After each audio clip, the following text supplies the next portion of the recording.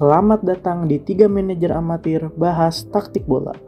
Pertandingan final FA Cup pada 25 Mei 2024 kemarin mempertemukan kedua kubu asal kota Manchester, yaitu sang juara bertahan Liga Inggris Manchester City melawan kubu merah Manchester United yang sedang dalam isu pemecatan pelatih terlepas dari apapun hasil FA Cup ini. Mampukah Ten Hag mengakhiri pertandingan terakhirnya dengan sebuah gelar, atau justru Manchester City yang akan kembali memenangkan gelar di bulan ini?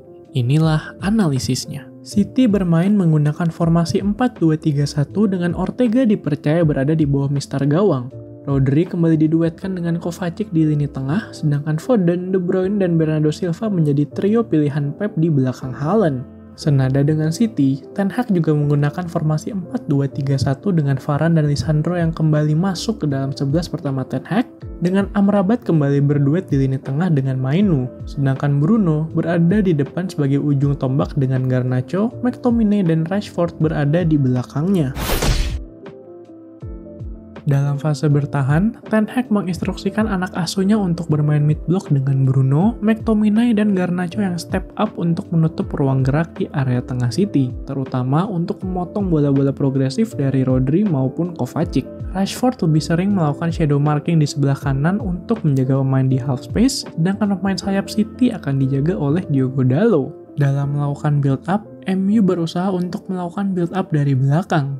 Namun, karena rapatnya pressing City, terpaksa harus sering melakukan umpan jauh ke depan. Dalam kesempatan ini, terlihat bahwa Lisandro dan Varane bertindak sebagai pemegang bola pertama dengan Dalot yang inverted untuk berduet dengan Amrabat dalam menghubungkan bola dari lini belakang ke lini depan United. Dalam melakukan build up, City seperti biasa melakukan build up dari belakang. Namun, Bernardo Silva terpaksa harus turun untuk membantu proses ini dikarenakan Rodri yang tampak di man marking oleh McTominay. Ditambah trio lini serang MU yang inverted menghalau laju bola di area tengah City. Mengeksploitasi shape bertahan MU yang cenderung compact, City banyak melakukan gerakan third man run untuk mengeksploitasi area half space MU sehingga menghasilkan situasi 1 melawan 1 di area sayap mereka. Pada kesempatan ini, Wan-Bissaka yang harus menutup ruang Gvardiol justru memberikan kesempatan bagi De Bruyne untuk menerima bola serta Foden yang mampu membuka ruang di pertahanan MU dan menciptakan 1 lawan 1 antara Foden dan Amrabat. Dalam fase bertahan, City bermain pressing tinggi dengan Haaland dan De Bruyne sebagai pemain terdepan, diikuti dengan Bernardo Silva yang condong inverted untuk marking Diogo Dalot. Gol pertama United datang dari sebuah umpan jauh yang dilepaskan oleh Amrabat ke arah Garnacho yang berlari melepaskan diri dari garis pertahanan tinggi milik City. Ake yang tidak siap untuk mundur dikarenakan sedang menjaga Bruno pun memaksa Gvardiol harus berduel 1 lawan 1 melawan Garnacho. Namun kemelut justru terjadi di depan kotak penalti City. Ortega yang gagal berkomunikasi serta Gvardiol yang menyundul bola ke belakang Ortega justru memberikan kesempatan bagi Garnacho untuk membuat sebuah gol ke arah gawang yang sudah kosong. Kesempatan ini tidak disia-siakan oleh Garnacho yang mampu untuk menggetarkan jala gawang Ortega karena kemelut internal dari City. Skor sementara City 0 dan United 1. Gol kedua United datang dari serangan yang dibangun di sisi kanan. Garnacho yang membawa bola di area sayap memiliki 3 target untuk diberikan umpan, yaitu Wan-Bissaka, Bruno Fernandes, dan Kobbie Mainoo. Wan-Bissaka yang mampu menarik Ake dan Gvardiol pun membuat Garnacho memilih untuk mengirimkan operan kepada Bruno, yang justru memberikan bola ke arah Mainoo yang tidak mendapat pengawalan ketat dengan Gvardiol terkunci pada Bruno serta Kyle Walker yang terlambat dalam mengejar ketertinggalannya dengan posisi Mainoo. Mainoo yang mendapatkan kesempatan emas pun tidak menyia-nyiakannya dengan mengirimkan tendangan terarah ke pojok kiri gawang Ortega dan memberikan gol tambahan bagi MU sebelum turun minum. Gol ini sekaligus menjadi gol terakhir sebelum turun minum bagi kedua tim dengan skor halftime City 0 United 2, sebuah serangan mematikan yang gagal dihalau oleh lini belakang Manchester City. Pada babak pertama ini, meskipun City beberapa kali menciptakan peluang, namun banyak yang tidak berujung kepada tembakan langsung sehingga membuat XG dari City hanya 0,17.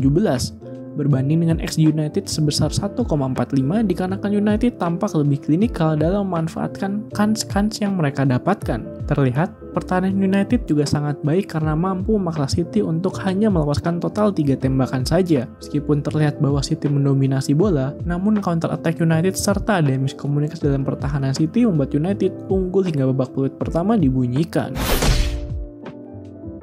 Anak asuh Ten Hag yang sudah unggul 2 gol tanpa balas di babak pertama tadi tetap mencoba bermain dominan di paruh kedua pertandingan dengan cara mencoba mengurung City di lapangan mereka sendiri. Cara ini terbukti efektif untuk 8 menit pertama. Terlihat mereka mencoba mengurung City dengan cara menaruh 4 pemain di depan untuk menutup segala opsi passing City. Di sisi lain, pada babak kedua ini, Pep yang tertinggal 2 gol tanpa balas langsung melakukan 2 pergantian pemain sekaligus, di mana ia memasukkan Akanji dan Doku untuk menggantikan Ake dan Kovacic yang bermain kurang bagus pada babak pertama. Di awal babak kedua ini, City terkesan bermain hati-hati dan cenderung bingung karena mereka lebih sering digempur serangan dan pressing oleh Manchester United. Lalu, di menit 57, City kembali melakukan pergantian pemain.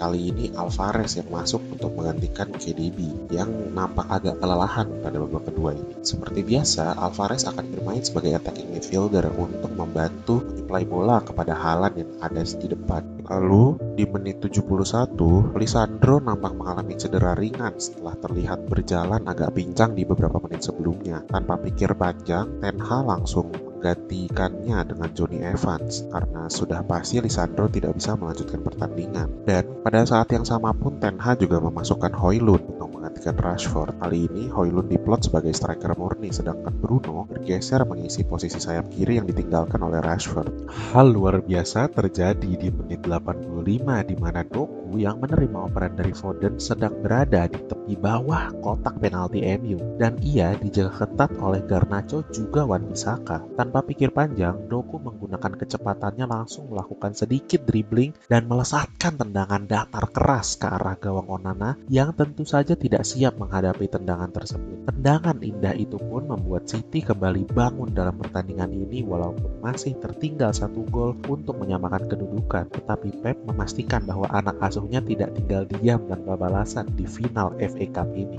Ten Hag melakukan pergantian pemain terakhirnya pada menit 90+2 di mana ia memasukkan Mount dan Lindelof untuk menggantikan McTominay dan sang wonderkid pencetak gol pertama, Alejandro Garnacho. Dengan masuknya Lindelof, MU berubah menjadi bermain 5 back, sedangkan Mason Mount diplot sebagai center mid untuk berduet dengan Maino. Ten Hag terlihat bermain lebih defensif, berhasil meraih kemenangan di sini dengan hanya sisa 5 menit di perpanjangan waktu. Peluit panjang pun akhirnya ditiup oleh wasit pada menit 90+7 dan MU berhasil mendapatkan trofi pertama juga terakhirnya pada musim ini. Sungguh pertandingan yang luar biasa indah pada babak pertama, walaupun di babak kedua sempat sedikit tersandung, namun Manchester United tetap berhasil keluar sebagai juara. Di sisi lain, anak asuh Pep memberikan perlawanan yang sangat luar biasa dengan berhasil mencetak 1 gol, namun itu jauh dari cukup untuk memenangkan pertandingan ini. Melalui statistik attacking trade terlihat bahwa pada babak pertama City lebih menguasai pertandingan meskipun kurang mampu untuk melakukan penetrasi serangan yang berbahaya ke arah United. Sedangkan United sendiri kesulitan untuk membangun serangan dari belakang dan hanya mengandalkan serangan balik. Meskipun begitu, justru United sangat efektif dalam counter attack hingga mampu menyerangkan